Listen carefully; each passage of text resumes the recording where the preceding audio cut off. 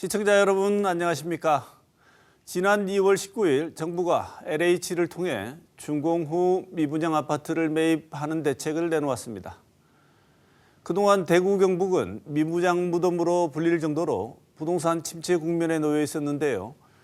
이번 대책이 지역 악성 미분양 문제 해결과 미기의 건설 경기에 얼마나 숨통을 터줄 수 있을지 관심이 모아지고 있습니다.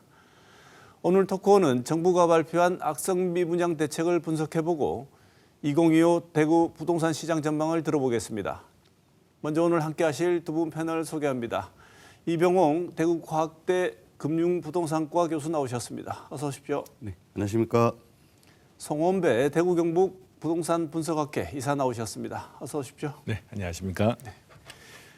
먼저 우리 대구 지역 부동산 현황 여러 가지 지표나 이런 것들을 통해서 그리고 전국 상황과 비교를 통해서 두 분 말씀을 들어보고 어떤 상황인지 먼저 짚어보겠습니다.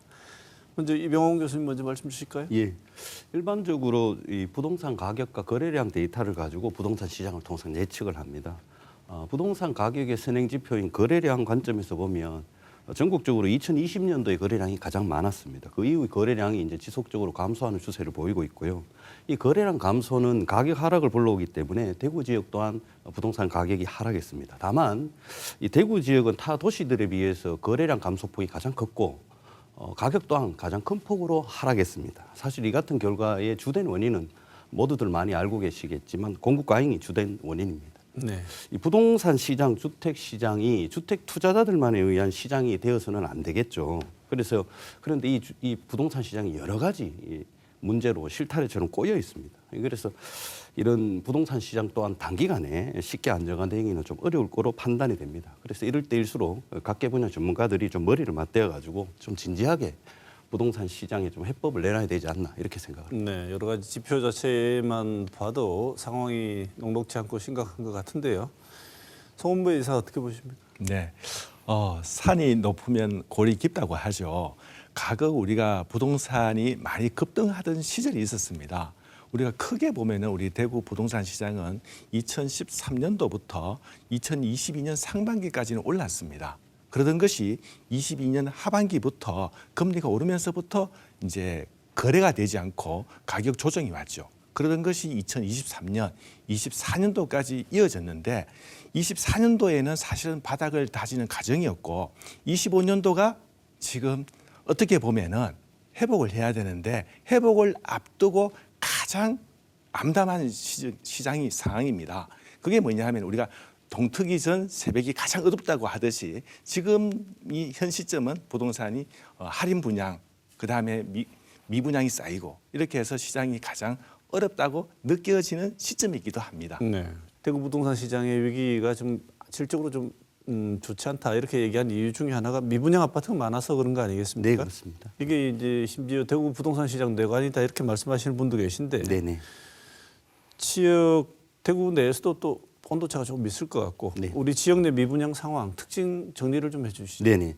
지금 대구 지역의 미분양 아파트는 2022년도에 14,400호로 가장 많았고 이후 이제 감소 추세를 보이고 있습니다. 현재 통계 데이터를 보니까 2024년 12월 기준으로 약 한 8,800개가 되고 악성 미분양이 준공후 미분양 물량이 약 한 2,674개에 이르는 걸로 알고 있습니다.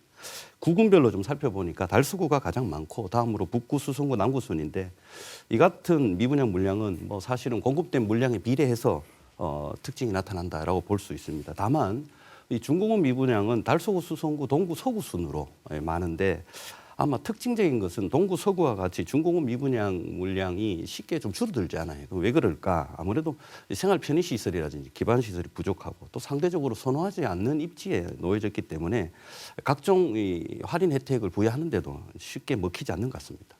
사실 2003년도 이후에 대구시가 주택사업 승인을 전면 보이콧하고 있는 이런 상황에서 주택 공급이 거의 이루어지고 있지 않는데도 불구하고 미분양 주택의 감소 추세나 또는 이런 준공후 미분양 물량, 즉 악성 미분양 물량이 누적해서 계속 증가하는 것은 상당히 우려스러운 부분이다라고 네. 생각을 합니다. 이런 위험의 징후로 이렇게 포착되는 것 중에 하나가 건설사들이 미분양 물량을 할인 분양하는 거 아니겠습니까? 네. 그럼 할인 분양을 하게 되면 지금 할인 분양 상황이 어느 정도고 실제로 그 효과가 있습니까? 네. 우리가 건설 회사에서 할인 분양을 처음부터 하지는 않죠. 일반적으로 분양이 잘 되면은 할인 분양하지 않습니다. 그러면 미분양이 발생했을 적에 그러면은 자금 회수를 하기 위해서 어떻게 해야 되느냐? 우선 조금 변경을 합니다. 중도금 무이자라든지 발코니 확장 무상 시공을 하겠다든지 이제 이런 옵션을 이제 제공을 했다가 그것도 안 되니까 뭐라도 하나 더 끼워주는 거죠. 끼워줘서도 또 이 분양이 일정 부분 한계가 닥칩니다. 그러면은 제 살을 도려내는 심정으로 할인을 하는 거죠. 근데 처음에 우리가 대구시장에서 한 1억 할인한다고 하니까 굉장히 큰 금액이어가지고 이게 수요자들이 1억 할인 같으면 살만하다. 그래서 일정 부분 또 할인 분양으로 인해서 분양 촉진이 되었습니다. 그러다가 이게 더 높아져서 지금은 5% 할인, 10% 할인, 경우에 따라서는 20% 할인까지 넣고 있는데도 불구하고 이게 분양에는 제한적인 거죠. 만약에 이게 입지가 좋은 곳에 20% 할인한다면 다 나갔겠죠.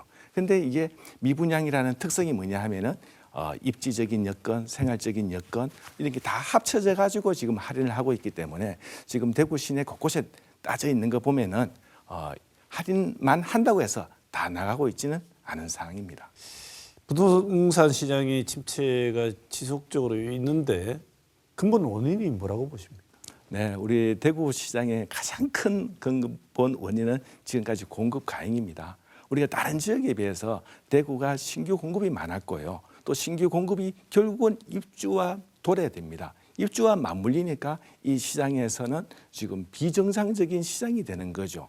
그래서 가장 큰 문제는 지금 입주 물량 압박으로 인해 가지고 기존 아파트 가격도 떨어지고 또 입주하는 시점에 마이너스 프리미엄 뭐 등등으로 이제 겹쳐져 있는 상황이고 두 번째는 우리가 이제 금리적인 환경이었죠. 과거에 우리가 분양하던 시점에는 초저금리 상황이었다면은 지금 입주하는 시점에는 아주 고금리 시장이 되어 있고요. 세 번째는 지금 미분양을 촉진을 해야 되는데 지금 부동산 규제, 정책적인 규제가 가해져 있기 때문에 이 삼박자가 지금 대구 시장하고는 다 엇박자가 나 있는 그런 상황입니다. 네. 방금 송원배 이사님 말씀하신 것처럼 공급 과잉이 주된 원인이라는 것은 맞습니다. 그런데 이게 근본적으로 좀 더 들어가라 보면 여러 가지 대내외적인 여건상 부동산 경기가 침체될 수밖에 없는 요인은 맞습니다. 그런데 지역적인 요인이 사실은 가만히 살펴보면 이 대구가 과거부터 현재까지 계속 똑같은 현상을 반복하고 있습니다.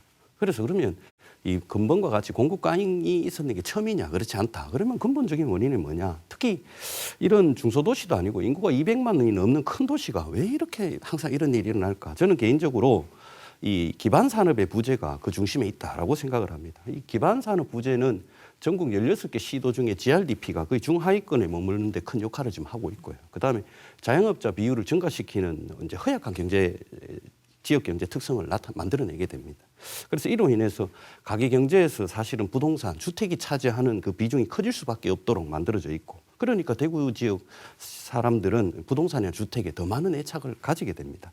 결국 이런 기반 산업과 같은 높고 또 이 커다란 보호막이 없기 때문에 이 조그마한 외풍에도 쉽게 지역 부동산 시장이 내원을 왔다 갔다 하는 이런 널뛰기 현상을 보인다. 이런 저는 판단하고 있습니다. 대구의 산업 경제 기반이 좀 취약한 부분도 없지 않아 있기는 합니다만은 그런 이유 중에 하나가 우리가 어떻게 보면은 주택 이 부동산이라는 것이 실거주이면서도 경제재로 좀 이렇게 변화된 부분도 있습니다. 다른 산업이 취약하니까 이 주택을 통해서 경제적인 소득을 좀 취하려고 하는 거죠. 그래서 이제 부동산 경기가 좋을 적에는 너나 할 것 없이 부동산 투자에 앞섰다가 이 부동산 시장이 나빠지니까 하나같이 다 던지는 상황인 거죠. 네. 그래서 올라갈 때는 굉장히 급등하고 또 내려갈 때는 이게 급락하고 이제 이런 상황을 좀 반복을 하고 있는 거죠. 자, 그렇다면 지금 지방학생 미분양 해소 대책 한번 나온 게 있는데 어떤지 한번 실효성 한번 살펴보겠습니다. 네. 특히 이 심각한 악성 미분양으로 불리는 준공후 미분양 주택 3,000호를 LH가 먼저 매입을 해서 임대 아파트로 활용하기로 하겠다 이렇게 방안을 발표했는데 이 방안 어떻게 평가하십니까? 예, 사실은 이 대내외적으로 불확실성이 워낙 큰 지금 상황에서 이제 줄어든 건설 투자로 인해서 이제 경제 성장률까지 하락시킬 수 있다 이런 판단한 정부가 건설 시장 안정화를 위해서 LH가 악성 미분양을 매입해가지고 3,000세대를 매입해서 그러니까 뭐 든든 전세 등등전세와 같은 임대주택으로 활용한 후에 6년 후에 분양 전환하겠다는 것을 발표했는데 사실 몇 가지 좀 실효성에 의문이 가는 게 있습니다. 첫 번째, 수도권을 제외한 지방의 악성 미분양 물량이 17,000호가 넘습니다. 향후에도 준공후 물량이 이렇게 지속적으로 누적될 가능성이 아주 높은데 과연 이런 한 17% 정도의 약 3,000세대 매입으로 실효성이 있을까? 두 번째, 이 정부는 향후에도 주택 시장을 이제 모니터링하면서 이제 매입 주택을 더 늘리겠다라고 얘기를 하는데 과거 2008년도와 2010년도 사이에 LH가 또 같은 방법을 한 7,000호를 매입했어요. 그 당시에 사실은 16만 호 가까이 미분양이 있었던데 그게 현재와 같은 LH의 재정 건전성을 감안한다면 이게 얼마나 더 매입할 수 있을까? 세 번째, 방금도 말씀드린 것처럼 2010년도 당시에도 LH가 이 같은 방법을 썼는데 그 당시에 이 분양가의 약 70%, 즉 한 30%가 할인된 70% 수준에서 매입을 했단 말이죠. 그럼 근본에도 이 정도 수준에서 매입을 한다면 과연 지금까지 버티고 있는 건설사, 즉 과다 지급된 금융비용, 공사비 상승으로 인해서 마진이 많이 줄어들었습니다. 그런데 과연 LH가 30% 할인된 70%도 매수하겠다라고 했을 때 얼마나 많은 건설사들이 내놓을까 이런 부분에 상당히 좀 의구심이 듭니다. 그래서 단지 이렇게 이제 LH를 통해서 3,000세대를 매입하겠다고 했는 거는 이제 앞으로 이제 지방의 미분양 사태를 그냥 보진 않겠다. 우리가 정부가 적극적으로 개입하겠다는 어떤 선언적인 의미는 정도는 있다. 그런데 설령 또 매입한다 하더라도 이게 어느 지역에 얼마만큼 할지 그런 부분에 대해서 또 다른 형평성을 또 불러올 수 있기 때문에 전체적으로는 좀 실효성에 좀 의문이 듭니다. 이 효과는 크게 그다지 크지는 않습니다. 그렇다면 LH가 이렇게 매입을 하는데 이걸로 누가 혜택을 봅니까? 누가 혜택을 보냐 보면은 사실은 지금 건설사가 혜택을 보는 것도 아니에요. 우리 LH에서 이것을 매입을 해주게 되면은 판매되면서 누구한테 돈이 들어갔냐면은 돈을 빌려준 최우선 수익자 금융사에서 이 돈을 회수해 갑니다. 그러고 나서 그 돈이 남았을 경우에 건설사가 못다한 공사비도 받을 수 있겠고 그다음에 사업주체인 시행사도 돈이 갈 텐데 사실은 돈을 빌려준 금융사한테 이제 또 가는 돈 구조이지 이 시장을 활성화시키는 시장 조치는 아니다. 이제 이렇게 볼 수 있겠습니다. 두 분 다 평가가 사실 후하지는 않은 것 같습니다. 또 다른 것 중에 하나가 관련법을 개정을 해서라도 비아파트의 아파트 아닌 주택에만 허용하고 있는 매입형 등록 임대를 이런 지역 악성 미분양 아파트에도 적용을 하고 지방 미분양 주택을 매입해서 운영하는 이 CR 리츠라고 하는 이 제도에 상반기 출시도 지원한다 이렇게 되어 있습니다. 이게 어떤 건지 소개를 좀 해주시고 정책이 교수님 보시기에 해소 효과가 있을지 전망을 한번 해주시죠. 예. 매입형 임대주택이라는 것은 임대사업자로 등록된 사람이 기존 주택을 매입한 후에 임대주택으로 내놓는 것으로 임대 의무 기간이 10년, 그동안 연 5% 이내로만 일정한 공적 의무를 지게 되면 양도세 중과 배제 그리고 종부세 합산 배제와 같은 세제 혜택을 주는 제도입니다. 사실 이 같은 제도는 과거 임대주택 시장으로 민간 자본을 끌어들여 가지고 운영하겠다라고는 취지로 활용되었는데요. 이제 각종 이제 세제 혜택을 받은 다주택자들로 인해서 오히려 주택 시장이 투기의 장으로 변질됐다 이런 비판이 많았습니다. 그래서 과거 문재인 정부 당시에 이게 폐지된 제도인데 현재는 비수도권 지역에 약 3억 원 이하의 연립주택과 같은 비아파트에만 이 등록이 가능하도록 되어 있습니다. 그런데 정부가 근본에 전용 면적 8호제곱미터 이하의 준공업 미분양 아파트까지 확대해가지고 이런 이 등록형 매입 임대주택을 발표를 했고 사실 이게 되려면 민간 임대주택법을 개정을 해야 됩니다.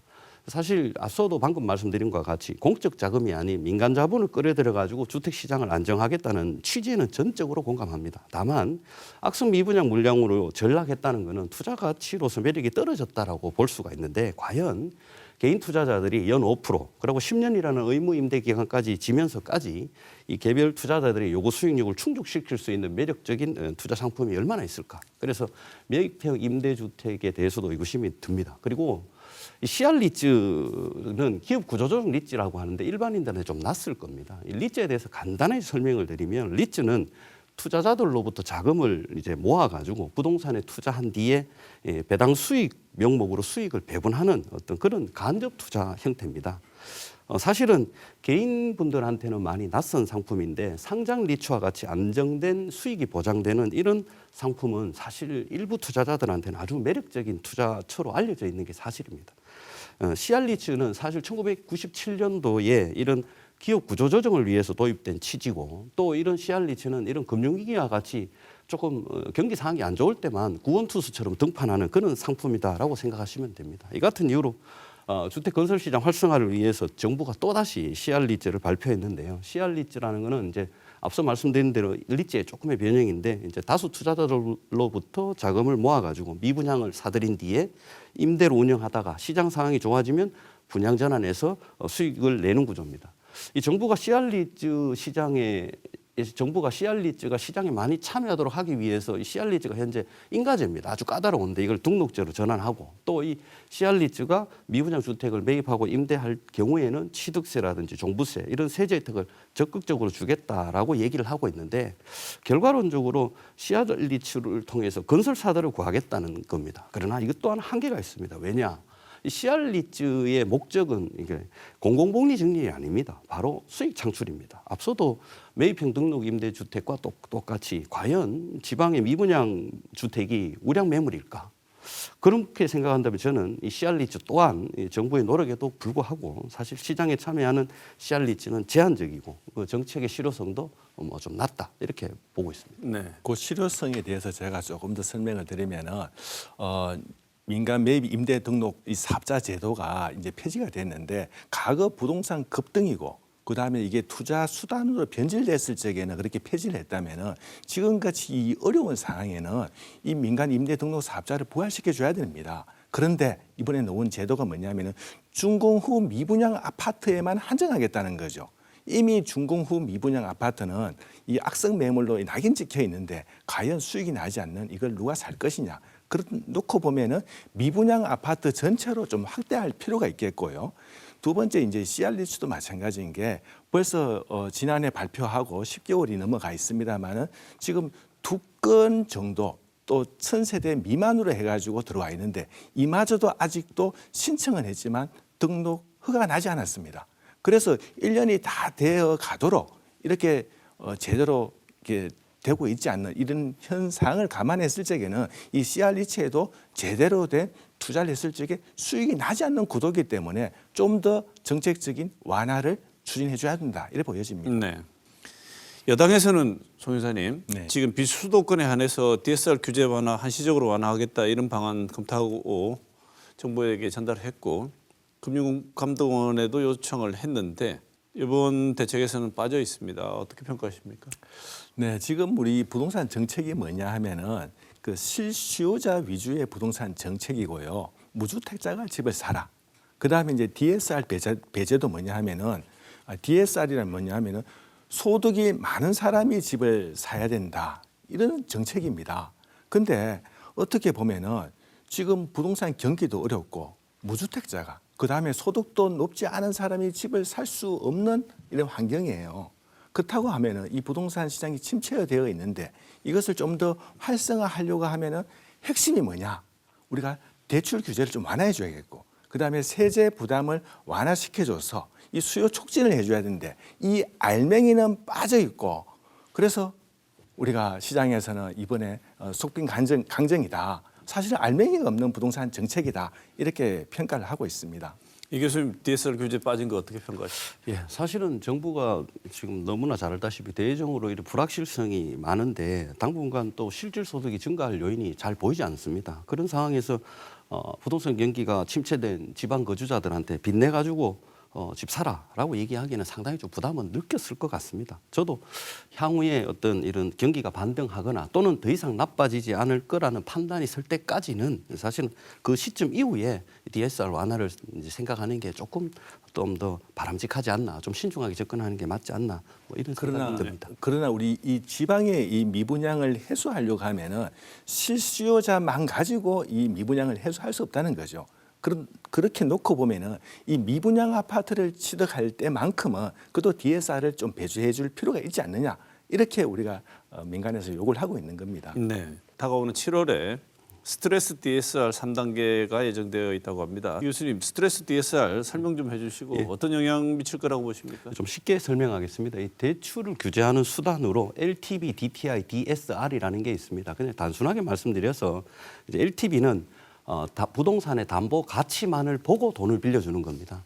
DSR은 부동산 소유자의 소득, 즉 상환 능력을 보고 돈을 빌려주는 건데 단 주택담보대출의 원리금 더하기 다른 부채의 이자를 합산해서 이제 상환 능력이 있냐 없냐 이렇게 판단하는 겁니다.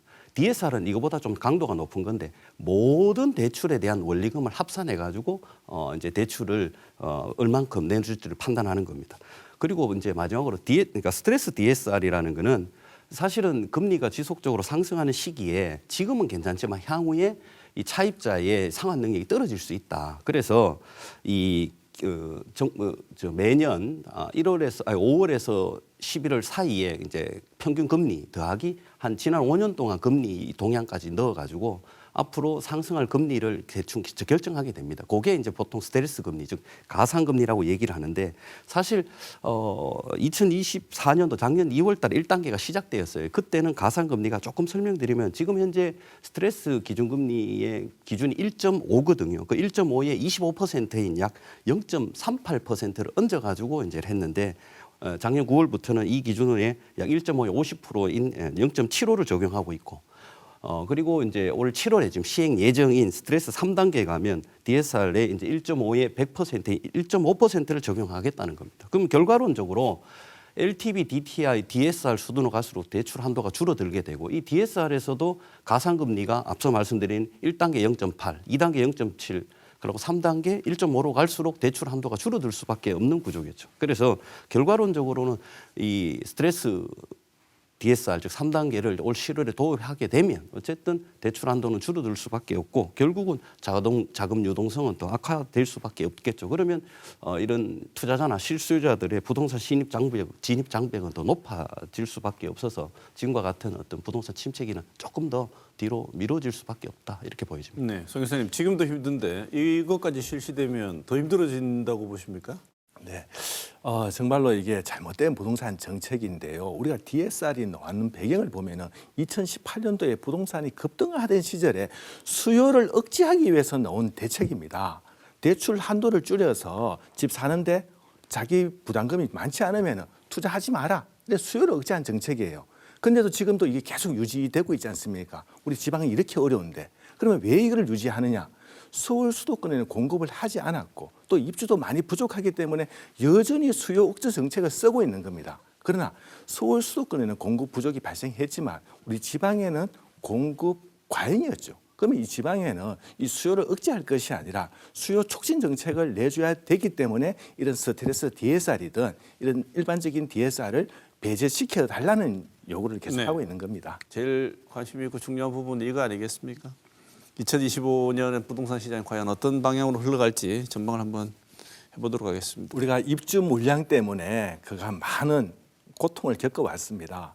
우리가 23년도에 입주 물량이 3만 4천 세대, 24년도에 2만 4천 세대. 우리가 시장에서 요구하는 것보다도 초과 공급 가행이 된 거죠. 초과 공급 가행으로 인해서 우리가 마이너스 프리미엄이 생기고 역전세가 생기고 깡통 전세, 거기다가 기존의 구축 아파트도 팔리지 않아서 가격이 계속 하락하고 있는 거죠. 지금 65주 연속 아파트 가격이 떨어지고 있습니다. 그런데 이제 희망이 보이고 있습니다. 입주 물량 보시게 되면 전국적으로 24년도에는 32만 호가 입주를 했다가 26년도에는 절반이 15만 호로 감소합니다. 거기다가 서울을 보시게 되면 서울의 올해 입주 물량이 한 3만 호인데 내년에 서울의 입주 물량이 7천 호로 감소합니다. 거기다가 27년도도 감소합니다. 이게 아파트라는 것은 하루아침에 찍어낼 수 있는 빵과 달라가지고 지금 공사하더라도 입주까지 가는데 3년에서 5년이 걸립니다. 그걸 가정해 보면은 이미 26년도에는 입주 대란이 발생할 것 같다. 많이 공급 부족으로 인해서. 그렇다고 해서 정부에서는 작년부터 해서 서울 수도권에 공급 촉진 정책을 내고 있습니다. 그런데 우리 지역에는 공급 과잉이었죠. 그래서 정부 정책이 지금 수도권과 지방을 이원화해야 되는데 여기에서 이게 지금 좀 틀어지고 있는 상황이고요. 그래서 입주 물량 부족으로 인해서 앞으로 부동산 시장이 회복할 수 있는 단초가 원래 제공이 된다 이렇게 보여집니다. 네. 이 교수님 어떻게 보십니까? 예, 전반적으로 그 송 이사님 말씀하신 것처럼 입주 물량이 많이 감소하고 있는 사실이고, 그런데 이제 문제는 이제 이렇게 빠르게 이제 물량이 감소하는 게 어쩜 보면 시장 안정화에 도움이 될 수 있는데, 사실은 더 큰 문제는 사실은 이게 주택법 적용해서 시행 방식으로 빠르게 아파트를 공급하더라도 부지 매입부터 입주까지 최소 5년입니다. 그러면 지금과 같은 부동산 경기 침체, 그리고 건축비 상승 등과 같은 어떤 수익 구조가 악화되어서 주택 공급이 한없이 뒤로 미루어진다면 또다시 주택 가격은 급등하고 주거 양극화가 더 심화될 수밖에 없습니다. 그래서 이런 부분을 조금 더 우리가 고민을 깊게 해야 될 사안입니다. 들어보면 분양가가 많이 올랐다. 깜짝 놀랄 만큼 이렇게 책정돼 있는 아파트들도 많이 있는 것 같은데, 신규 공급을 하게 되면 분양가는 앞으로 어떻게 될 것 같은지 송 회사님 전망을 좀 해주시죠. 네, 지금 건설 공사비 지수가 최근 많이 올랐습니다. 단기간에 한 30% 올랐고요.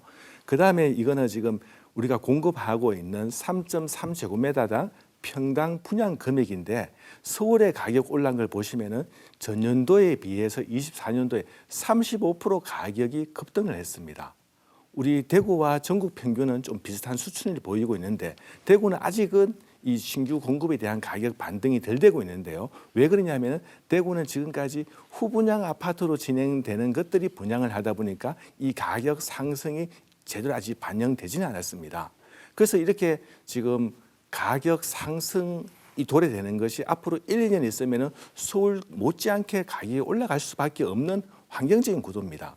그렇다면 이 가격이 올라갔을 적에 옆에 것도 동반 상승하는 배경도 있을 수도 있습니다만은, 한편으로는 이렇게 비싸진 분양 가격으로 인해서 또 미분양이 발생할 수도 있는 여지도 있습니다. 그래서 이게 복합적으로 생각해 보게 되면은 전체적으로 앞으로 분양 가격은 더 급등할 수밖에 없는 환경을 가지고 있고, 또 이로 인한 미분양이 발생할 수 있는 우려도 좀 이렇게 섞여 있는 부동산 시장이 좀 혼재되는, 또 아니면 한편으로는 양극화가 심해지는 이런 부동산 시장 상황으로 바뀌었을 수도 있겠습니다. 네. 부동산 주요 변수는 항상 금리하고 붙어 있습니다. 누구나 다 자기가 갖고 있는 돈으로 아파트를 살 수 없기 때문에 일정 부분은 은행에서 대출을 받아서 살 수밖에 없는 현실이 금리와 연동되어 있는 걸 더 중요하게 볼 수밖에 없도록 만드는데요. 그런데 지금도 우리나라 가계부채 규모가 2,000조 돌파 눈앞에 두고 있습니다. 이것만 해도 큰 걱정이죠. 그래서 금리 문제는 정부에서도 쉽게 한쪽만 보고 정할 수 없는 상황인데, 이 금리 문제와 부동산 시장 어떤 영향에 놓여 있을지 이 교수님 전망을 좀 해주시죠. 예, 저는 뭐 금융 전문가는 아닙니다. 그런데 지금 시장 상황에 따른 금리 동결 또는 금리 인하 효과의 크기를 분석해야 할 필요성은 좀 적다고 생각합니다. 지금 현재 내수 위축으로 인한 경기 부양을 심각하게 고민해봐야 되는 상황이다, 이렇게 보여지죠. 더욱이 미국이 지금 관세 압박이 임박하면서 경제 불확실성은 더욱 더 심화되고 있기 때문에 이 경기 부양의 필요성은 점점 더 커지고 있는 이러한 상황입니다. 현 시점에서 이제 금리 인하는 저는 개인적으로 선택이 아닌 좀 필수라고 생각을 합니다. 이런 금리와 부동산은 상극입니다. 과거 이제 2013년도부터 21년도까지 하락한 금리 폭보다 22년도 한 해의 금리 인상폭이 훨씬 높았습니다. 이 시기에 22년도에 대구의 부동산 가격은 아주 큰 폭으로 하락했습니다. 금리 인하는 부동산 시장에 긍정적인 영향을 미치기 때문에 향후에 만약에 제의 예상대로 금리가 올해 두 번 정도 인하가 된다면 대구 지역 부동산 시장 침체를 조금은 끌어올릴 수 있는 요인은 좀 될 수 있다고 그렇게 보고 있습니다. 지난해 우리 한국은행에서 기준금리를 2차례 인하시켰습니다. 그런데 금리는 분명히 인하되었음에도 불구하고 우리가 소비자들이 사용하는 대출금리는 지난해 하반기에 더 많이 상승을 했습니다. 아니 어떻게 한국은행에서는 금리를 내렸다는데 우리가 이용하는 소비자 가계대출은 더 증가를 했어요. 금리가. 그렇다면 얘기는 뭐냐 하면은 은행에서 가상금리를 전년도에 비해서 2배 올렸습니다. 이 소비자들이 금리 이득을 누려야 될 것을 은행에서 가상금리를 2배 올려서 은행에서 이득을 취한 거죠. 사실은 앞으로도 우리가 금리를 인하시킨다 하더라도 이게 소비자들한테 금리를 이용하는 소비자들한테 이 금리 인하 혜택이 돌아가야 되지 이 차액을 은행에서 이득을 취해서는 안 된다는 거죠. 네. 그래서 금융당국에서 이런 부분도 관리해 줄 필요가 있다고 보여집니다. 네. 수도권 가격 급등하는데 우리는 하락하고 있고 미분양이 아직까지 해소가 안 되고 위험한 상황으로 내몰리고 있는데 지역 특성을 고려한 부동산 정책 이런 것은 해줘야지 실질적인 도움이 된다. 이런 정책이 있으면 말씀을 주시죠. 송 이사님 먼저 하실까요? 네. 우리가 지금 정부에서는 실수요 위주만의 부동산 구입을 하라고 얘기를 하고 있는데 사실은 오늘날 같이 이렇게 경제가 침체되고 부동산 침체로 인해서 여러 가지 시민들이 고통을 받고 있습니다. 그러면 수요 촉진 정책이 필요한 거죠. 그러면 수요 촉진 가운데서도 돈 있는 좀 부자, 그다음에 돈 있는 부자들이 집이 한 개, 두 개가 있을 수가 있습니다. 이런 사람들이 집을 샀을 적에 세금적인 부담을 완화해 줘야 되는데 이게 취득세 중과세 완화입니다. 지금 집을 사게 되면은 8%, 12%까지 취득세를 중과하는 이거는 잘못된 법이고요. 그다음에 두 번째는 앞에서 얘기한 것처럼 임대 사업자의 등록 법인을 등록 사업자를 이게 비아파트 부분과 아파트 부분 총망라해서 다 적용해 줄 필요가 있겠고요. 더 나아가서는 지금 미분양 아파트에서 양도소득세 한시적인 감면이 필요한 조치가 이 시장을 활성화시키고 촉진시킬 수 있고 이 부동산의 현재 이 위기를 극복할 수 있는 방안이라고 보여집니다. 네. 저는 뭐 앞서 송 이사님 말씀하신 부분에 큰 틀에서는 동의를 합니다. 지금 사실 정부가 내놓은 여러 가지 대책들이 실효성이 좀 떨어집니다. 그래서 이런 침체된 부동산 시장, 꼭 굳이 부동산 시장을 살린다라기보다는 어쨌든 사람들이 좀 더 나은 삶을 살기 위해서 여러 가지 실효성 있는 대책을 내놔야 되는데 부동산 시장으로 자금을 유입시킬 수 있는 어떤 선순환 구조를 만들기 위해서 기관 투자자나 또는 이런 다주택자들에게 세제 혜택이나 대출 규제를 완화해 주는 것도 좋은 방법은 될 수 있다고 생각합니다. 다만 이런 쪽으로 너무 치우치게 되면 대구 지역의 주거 양극화는 더 심화될 수 있다. 그래서 이 주거 양극화를 조금이라도 억제하기 위해서는 주택을 소유하지 않은 주택을 소유가 아닌 어떤 거주의 관점에서 좀 바라볼 필요가 있다. 그러면 무주택 기간이 오래된 실수요자들이라든지 또는 질적 욕구를 충족하지 못하고 있는 주택에 거주하는 1주택자들이 주택 시장 문턱을 조금 더 높은데 이걸 좀 낮춰줄 수 있는 이런 핀셋 대책이 정말 필요하다. 그러면 건강한 어떤 지역 사회를 만드는데 사실은 좀 보면 형평성 논란이 좀 될 수도 있지만 그걸 좀 뒤로 하고 실수요자들의 어떤 구매 능력을 좀 고려한 지역형 대출 상품을 출시한다든지 또는 그들만을 위한 어떤 지역형 세제 감면 대책 그리고 대출 규제의 어떤 예외 규정들도 좀 적극적으로 펼쳐야 된다고 생각합니다. 자, 오늘 토크는 대구 부동산 시장 이야기 나눠봤습니다. 이병홍 대구과학대 금융부동산과 교수, 송원배 대구 경북 부동산 분석학회 이사 두 분 모시고 오늘 좋은 말씀 많이 들었습니다. 고맙습니다.